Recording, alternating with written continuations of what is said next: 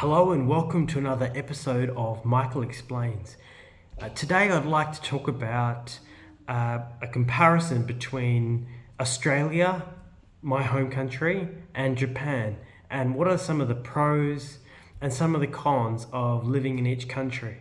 I will break it up into a couple of key categories, and the first is housing.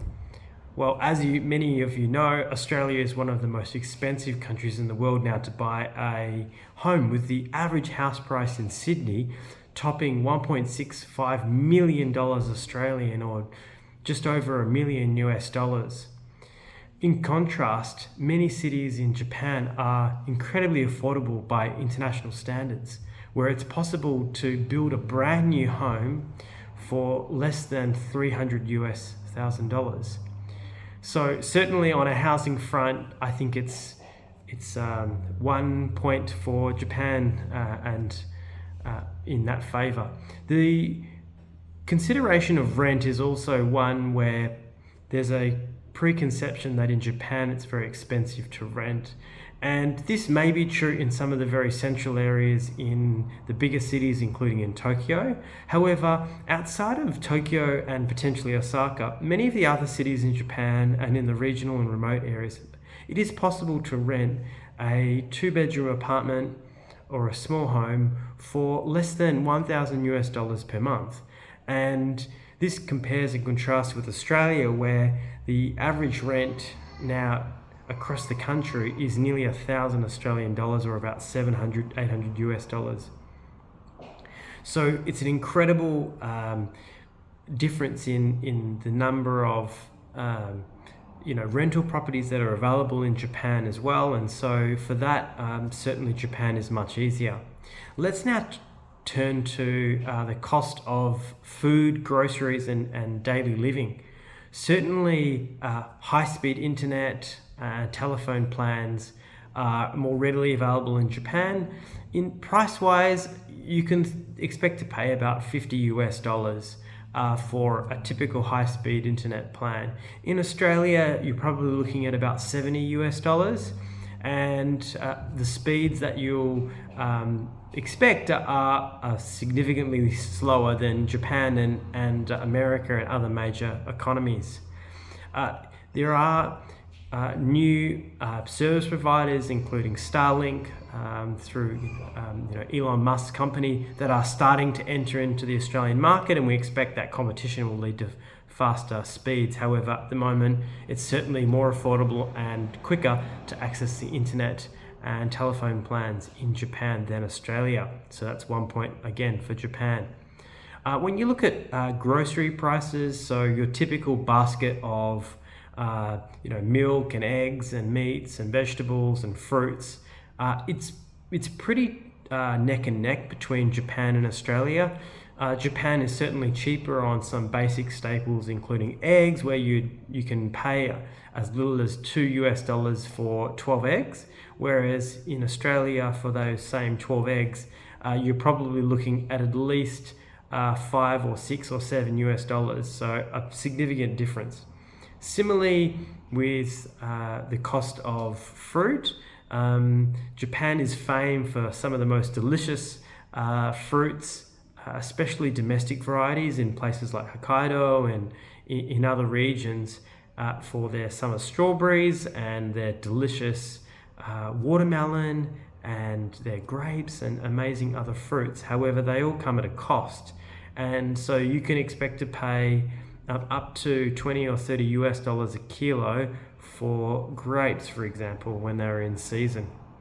In comparison, Australia, a country of only 25 million people, is able to produce food for about 65 million to 70 million people annually. And this means that grocery prices, although having risen somewhat in the last number of years, is still relatively more affordable for fruits and some vegetables, and certainly quite comparable when it comes to meat and seafood. Although the range of seafood and other types of food in Japan is just incredible, and so I'm going to have to give that one a tie. On the category of transportation, I think again Japan comes out ahead with the access to not only fantastic local transport in major cities including Tokyo, Osaka, Nagoya, Fukuoka, Sendai, but also amazing access to the Shinkansen, the bullet train network across the country, which will soon extend to Sapporo all the way in the north. Currently, it finishes in Hakodate, which is the southern part of Hokkaido. So soon you will be able to connect all the way down in Fukuoka and Kyushu, all the way up to Sapporo. So a truly national high-speed train network in Japan. In comparison, in Australia, there's a heavy reliance on cars and on flights. So the major airline, Qantas and Virgin, are the two main carriers. They dominate with about 70% market share. And so invariably prices are expensive. The quality of the service is sometimes a little bit questionable, and we often experience in Australia delays due to the congestion at various airports. This is in part due to the fact that there really isn't any high-speed train network in Australia, and so Australians have just got less choice when it comes to moving between cities. So I would say on transportation, Japan again comes out ahead. One area to note, however, is that Japan and Australia are both left-hand side driving cars. So in both countries, you would expect, if you're coming from the US or in parts of Europe, an adjustment period when you're learning to drive for the first time on the left-hand side of the road. And the next category is entertainment. And I think that it depends on what you're looking for. If you're looking for natural beauty, Australia has got amazingly beautiful, pristine beaches.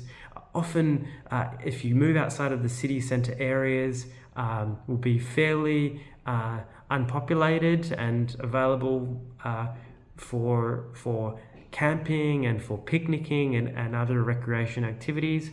And amazing natural scenery as well, with beautiful sunsets, as well as a very unique and diverse set of animals, flora and fauna to explore and discover.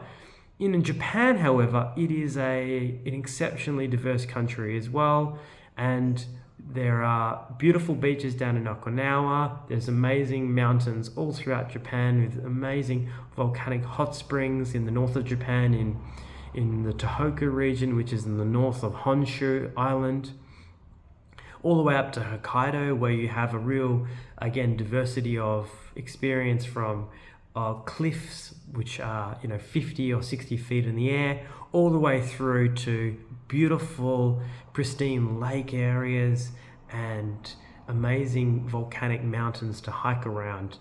So again, both, I would say, are very strong, and they come out even Stevens. And the final category is safety. And safety is probably twofold. One is around sort of natural disasters, where Japan has a lot. It's only about 3% of the world's population, but it's about 17% of the world's natural disaster expenditure is spent in Japan. And so it's a country that is well equipped to deal with the relatively high number of natural disasters, be they floods or typhoons or fires and other weather events. In Australia, we are not prone to as many natural disasters. However, with the changing climate over the recent decades, we have seen an increase in summer bushfires as well as flooding, with quite heavy rains in the major cities over the summer period. And so for those reasons, again, environment and safety is pretty even between the two countries. On a personal safety perspective, both Australia and Japan score exceptionally highly compared to other countries in the world when it comes to personal safety and well-being. There has been a historical trend in Australia and in Japan to leave your front door unlocked. This is obviously changing as cities have become more crowded and busy, and people have started to think more about their own personal safety. However, there really still is quite a strong community spirit in many parts of Australia, not just in cities, but also in regional towns and other areas in Australia. And similarly in Japan as well. In the major cities, it's quite common to hear stories of people who have left valuables, including their wallet or phones or computers, at a cafe, only to return a few hours later and for those items to still be at the cafe with all of their money and other belongings intact. An incredible story that is very unique to Japan, and one where I think for personal safety, I think we're going to have to give it to Japan. So overall, depending on your preferences, probably Japan comes out a little bit on top. The one negative point for Japan, which is a big sticking point for many people, is visa. So being able to get a visa to live in Japan long term. There are increasingly a new number of visas, including the entrepreneur visa, where if you invest roughly $35,000 in a new business, you can get a visa. And again, some of those visas are specific to areas of need. So for example, in more regional or remote areas of Japan where they're facing more depopulation, there are national and state government initiatives to encourage foreigners to move to those areas to set up businesses and to promote economic revitalization. So that is one key way to be able to live long term in Japan. In Australia, we very much rely on a skilled migration list, and so there are a number of key occupations, including in healthcare and in other services with nursing, etc., which for many years have had a shortage of labour and have encouraged through migration, these sort of new visas to enable people to move from America, from Europe, from Asia, from Africa to Australia in order to help address some of those key skills challenges. So I might wrap up the video here. I think that there's very strong reasons why Australia is an amazing place to move to. There's also some really strong reasons why you might want to consider Japan. I hope that you found this video helpful or insightful as part of your thinking about where your next move will be somewhere in the world. If you have any questions or comments, or you have moved to a new place, whether it's Australia, Japan, or somewhere else, please do leave a comment down below. If you like this video, give it a thumbs up and consider subscribing to the channel. Until the next one, I hope you stay awesome. Thank you very much. Legend.